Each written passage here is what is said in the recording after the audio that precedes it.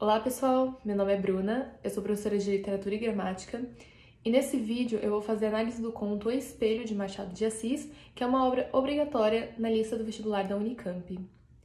Bom, essa obra ela foi publicada em 1882 no jornal Gazeta de Notícias no Rio de Janeiro e era dessa forma que os contos e livros circulavam para a população na época.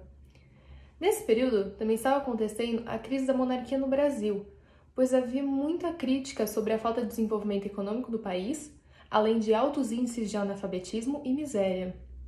Isso porque o Brasil também era um dos últimos países que estava mantendo a escravidão. Então, todos esses fatores eles acabaram desencadeando para a proclamação da República em 1889. Então, durante esse período em que o conto foi publicado, o Brasil estava passando por uma instabilidade política. Esse choque de realidade que a sociedade estava passando influenciou diretamente na literatura, pois o movimento literário vigente, ou seja, naquele momento, era o realismo. E essa escola literária, ela buscava escrever sobre a realidade cotidiana da sociedade de uma forma bem objetiva, então assim retratando de forma fiel e sem idealização as classes sociais e o seu dia a dia. O realismo, ele foi na verdade influenciado pelo cientificismo europeu. O cientificismo nada mais é do que uma concepção filosófica que afirmava que a ciência ela era a única capaz de estudar, por alguns métodos científicos, a sociedade. O fundador do realismo no Brasil foi Machado de Assis. Este foi considerado o maior nome da literatura brasileira, pois testemunhou grandes eventos históricos ocorrentes no Brasil e ele conseguiu passar toda essa movimentação político-social da sua época para mais de 200 contos e 10 romances. E nesse conto não é diferente. Em Um Espelho, Machado retratou a hipocrisia social através de todo o moralismo da elite burguesa. Então, o conto que está em terceira pessoa, ou seja, em narrador-observador, ele inicia com a personagem principal, que se chama Jacobina, em uma reunião com amigos no bairro de Santa Teresa, que é uma área central no Rio de Janeiro. Nessa época, essa região era uma área muito privilegiada, pois muitos imigrantes europeus que vinham para o Brasil passavam a morar lá e construíram grandes casarões com arquitetura francesa. Então a escolha de Machado por este ser o espaço inicial do enredo não é aleatória, pois ele seleciona um lugar que abriga a burguesia do Rio. Nessa reunião, o grupo de amigos está discutindo sobre questões da metafísica e filosofia, e Jacobina, que sempre se absteve de entrar nas discussões, decidiu opinar sobre o assunto daquela noite. Então ele começou a falar sobre a natureza da alma, afirmando que o ser humano possui duas almas.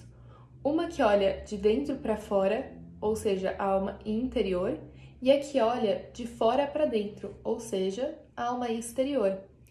Essa última, ela pode se expressar por qualquer coisa que dê vida à alma interior. E dessa forma, elas se completam. Então, se faltar uma das partes, o ser humano se torna incompleto.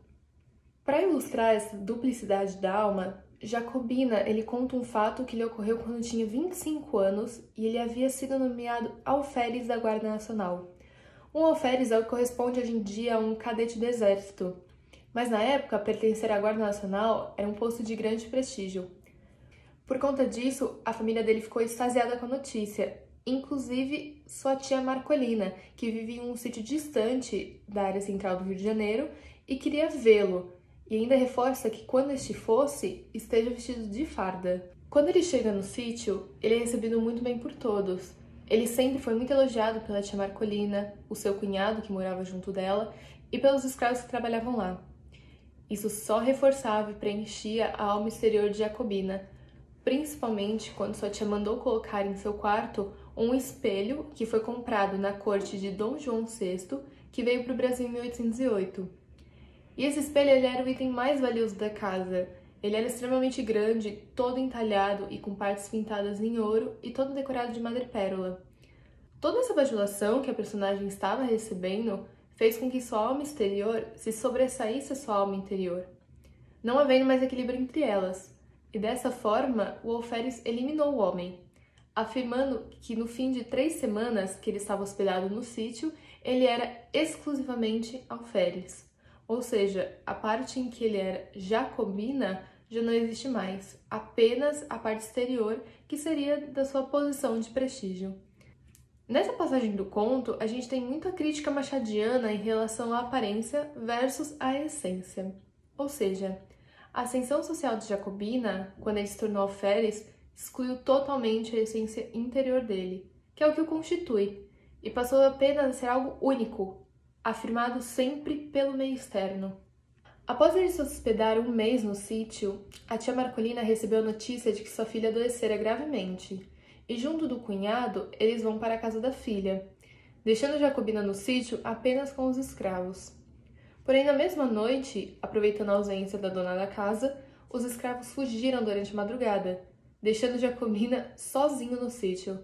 Este fato fez com que ele começasse a se sentir reduzido, e a atmosfera do conto fica mais obscura. No entanto, que ele descreve a si mesmo como se fosse um defunto, pois ele não ocupava o seu tempo até o retorno da tia. Passados 8 dias de espera, então ele decide olhar para o espelho que estava no seu quarto, pois ele queria tentar encontrar suas duas almas. Porém, ao ver o seu reflexo, ele vê apenas um conjunto de linhas disformes que não refletiam a sua imagem real. No desespero, ele decide ir embora, e quando está vestindo sua farda às pressas, o seu reflexo real começa a retornar ao espelho, conseguindo assim ver sua alma exterior que deu vida à alma interior. Durante os dias, ele seguiu a mesma rotina, de colocar a farda, sentar na frente do espelho e sentir-se completo. Então, neste conto, a farda é uma forma figurada que indica que a personagem principal só passou a existir, interna e externamente, em um espaço social, se ela possuir uma posição privilegiada na sociedade, só após ele ser alferes, pois antes disso, ele só era mais um cidadão comum, principalmente que no decorrer do conto, quando ele pede para que o chamem-o de Joãozinho, e João é um dos nomes mais comuns no Brasil, ou seja, ele era só mais um na sociedade, e quando ele se tornou alferes, ele se destacou pela sua posição social. Bom, essa foi a análise do conto Espelho, de Machado de Assis. Se você possui alguma dúvida ou comentário sobre o conto, pode escrever aqui embaixo que eu respondo, e até a próxima obra.